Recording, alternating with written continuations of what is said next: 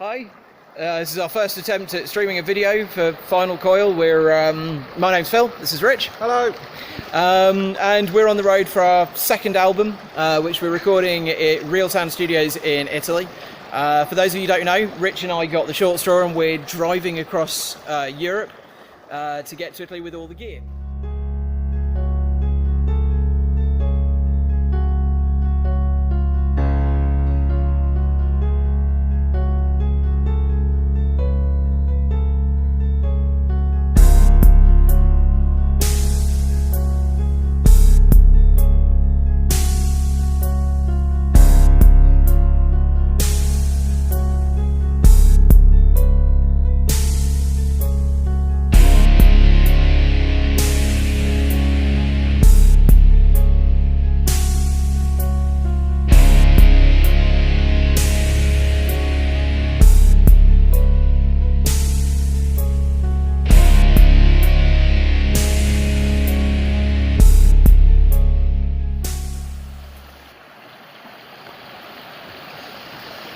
What you can see here is a Audrey in the wild, prancing from rock to rock, trying to get back to his source of sustenance.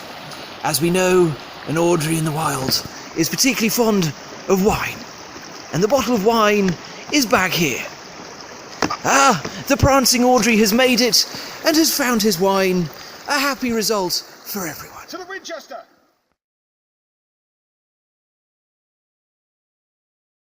2.5 hours to the studio. We're in northern Italy. It's raining, it's dark, and I'm wearing sunglasses.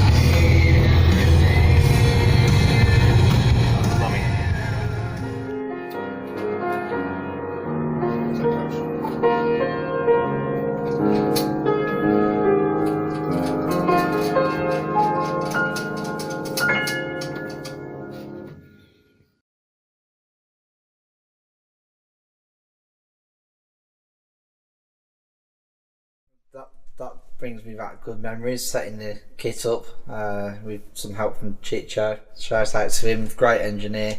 It was really nice using a expensive kit, Tama Bibinga Star Classic kit.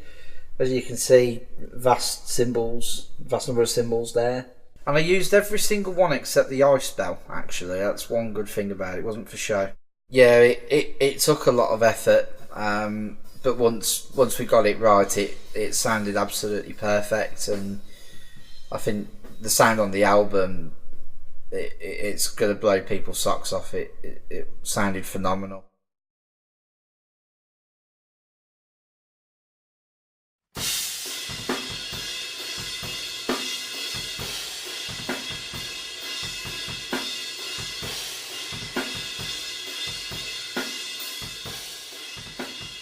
It was important that we got all the layers that were in the demos into this album.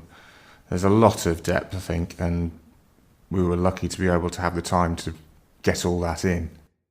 I don't think any of us could say enough good things about Real Sound Studios. It's up in the hills of Langhirano, just outside Parma in Italy, and it's got this fantastic analog mixing desk which Wahumi and Chicho restored from scratch.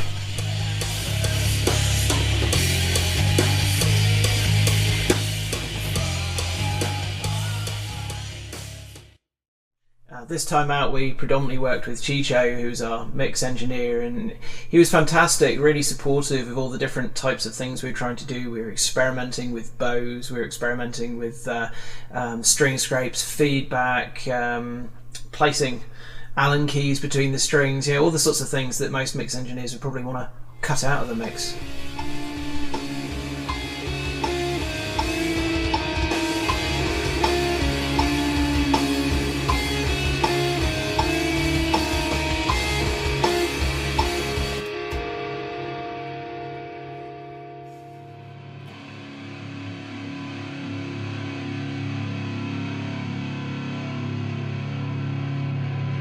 I've rarely seen Phil happier than when he's making noise with an Allen key shoved into the neck of a guitar, or bent over some amp making squalls of feedback.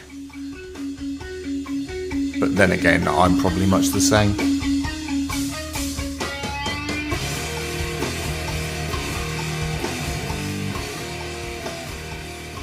To start with, there was one song that we decided it would be a nice idea to have some bowed guitar on. And then it became another song and then another. So I think in the end there were 3 or 4 songs which had that sound on. And it's nice to tie the album together in that way.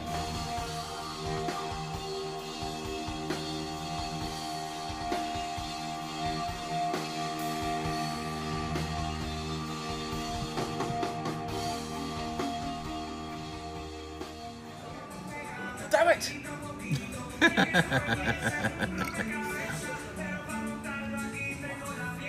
The beer cures all. Do you know what? Do you know what I'm marvelling more at anything else at this point? Is that I seem to have remarkably steady hands when I've had a few beers.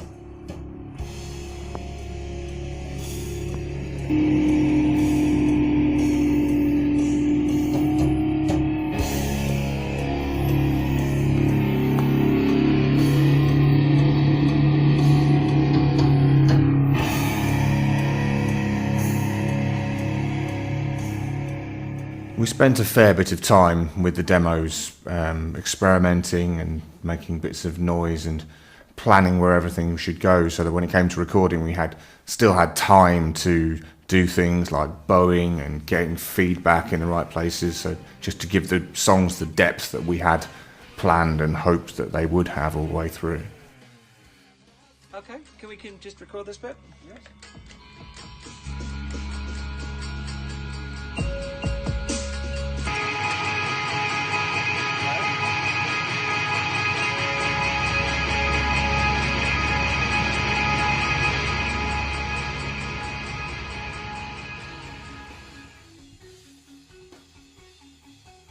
Something else we used was an e-bow, which is basically an electromagnet which oscillates the strings you put it close to. Although in this case I'm misusing it because I managed to get the strings to just buzz a lot. Dishonor the memory of those who died with our hate. We think it's justified. Looking back on the experience, it's like a dream come true. The journey that we took over there and the 18 days we spent in the studio. The album started off as something very personal to me, and having had the opportunity to work on it with the band and to work on it as well with Wahumi and Chicho and Real Sound Studios is just amazing, and I couldn't be more proud of the outcome.